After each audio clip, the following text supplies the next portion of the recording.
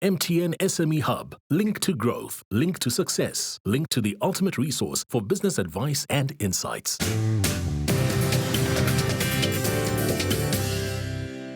Welcome back to the Big Small Business Show, and in studio with us today we've got Greg Walsh. If you haven't been watching so far, do go look this up on YouTube. It's an interview definitely worth listening to or watching. And we've just heard the story of how Rage started, or how Gen.G started, how Rage started, how Rage just grew and grew and grew. COVID happens, collapse. Okay. We're at the bottom now. Yeah. Okay. And you are emotionally at the bottom. No, I'm a mess. I'm stuffed. I'm stuffed. I'm seeing a psychologist that you know well every twice a week to help me deal with the emotions, to help me deal with the trauma of being number one hated human in the country, but also to deal with, can I do this again? Is it in me? I don't want a job. I wouldn't even know where to go. Is my CV even relevant after 20 years of entrepreneurship? So let's hear the happy ending. We've got 8 minutes. So it's I think it's not a fluffy happy ending. It's a continual uphill struggle. But I think it's about intent, and it's about tenacity, and it's about I have a deep personal fear of losing it all, whatever that even means. That's this like it's a fear, and it drives me. And I think it's what a lot of entrepreneurs have. I think what I'm doing now is G&G 2.0. I did 15, 16 years of 1.0, and I recognize that I want to build a business a little bit differently this time. It's less mates that all work for me, but I want the same awesome culture. It's how do I build a business that's truly scalable? How do I learn? How do I get resources? I recognize that I'd hit a personal ceiling where I did build G&G to a great point, but it was kind of a little bit in trouble before the COVID-19 pandemic happened anyway. So it started with Rage and rebuilding Rage. I think that was more of an operational, how do we get this done? But at the same time, a lot of strategic thinking started happening of like, what is the business going to get into? We don't have products, we have Rage. So what new products are we going to get into? Are we going to become a corporate event services supplier? That's a very competitive space. Are we going to own our own events where I can't be outbid in a tender? And I think the decision was, let's come up with a strategy. We've called ourselves the Goosebumps Company because that's what makes me tick. And it really does flow down through the whole team about this, creating unforgettable goosebumps for fans and unrivaled triumphs for our brand partners. Let's focus in those two streams.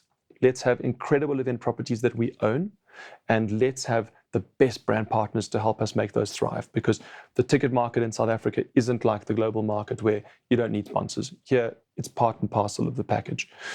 And we've started to build some great new properties. Rage is rebuilt. It's never rebuilt quite to its 7,000 lofty highs, but I think there's also an economic factor there in that your accommodation is triple the cost of 10 years ago to go to the same place. So there's a lot of reasons why Rage hasn't rebuilt there, but Rage is rebuilt into a great business. It's a good, solid business again. We've got 4,000 to 4,500 people coming every year. It's a very high quality event. Off Rage, we built a new festival called Belito Big Week. We've entered into strategic partnerships with certain DJs, the Major League Twins on Balcony Mix Africa, with DJ Shimza on Kunya and Shimza and Friends.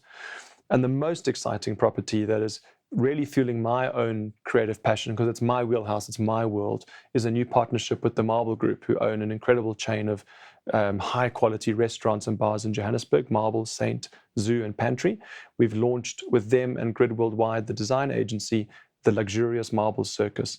And that is just playground for me, because it's creating something very high luxury for actually quite a high audience, 4,000 people a day, incredible stages, R1 million worth of pyrotechnics, video mapping, lasers show, fine dining. For me, it's great passion.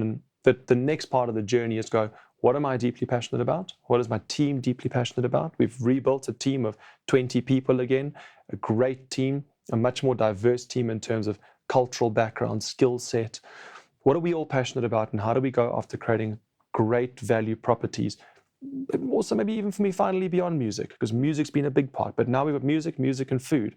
We did play in the automotive world, but I'm budding something new in the automotive space, in the niche ultra premium space. So we've got some great products, we're adding new products, and I think we're building a much better business than we ever had before.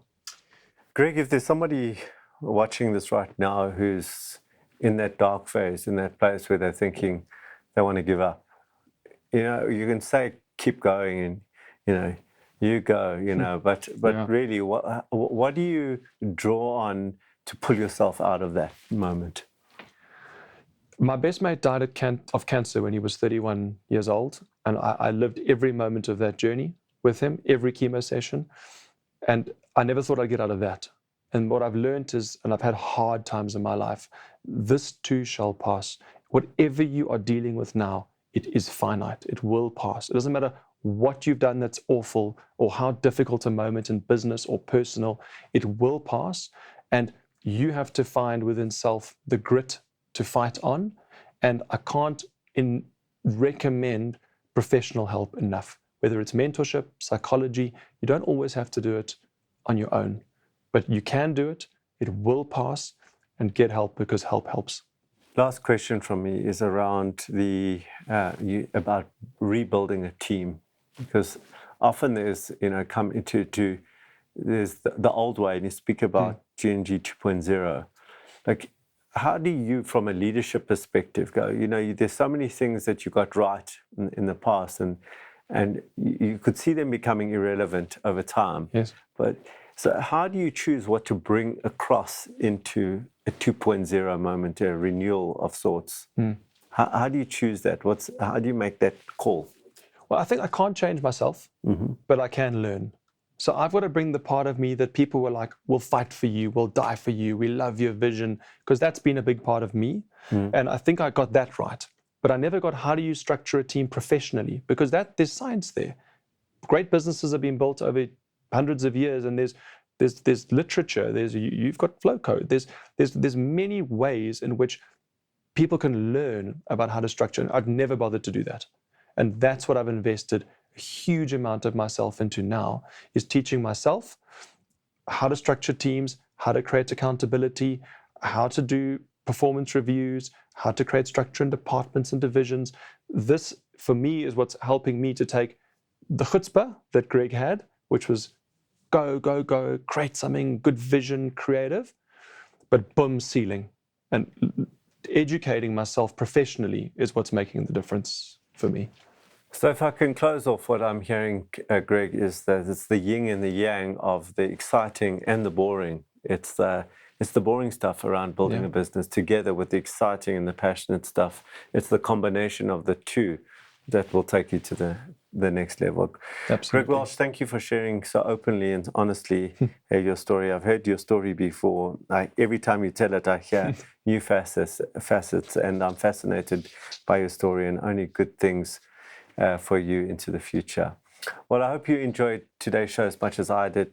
Today was really, really a wonderful story of entrepreneurship. It's your story, it's my story, it's Greg's story. And on that note, I bid you farewell.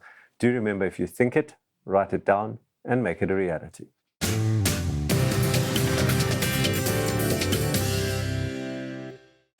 The Big Small Business Show, proudly sponsored by MTN Business.